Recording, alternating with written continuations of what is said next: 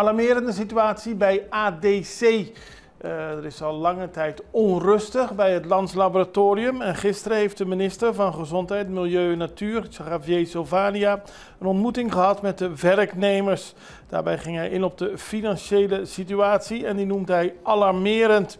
Volgens hem is er werk aan de winkel en is het onduidelijk hoe het zover heeft kunnen komen. Maar de analyse die is gemaakt wijst er onder andere op dat de huidige financiële situatie zorgwekkend is. De gecontroleerde jaarcijfers laten zien dat de inkomsten en uitgaven al geruime tijd niet in balans zijn.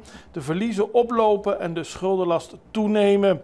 Het eigen vermogen van het bedrijf is negatief en de kasstroom belemmert het bedrijf om naar behoren te functioneren.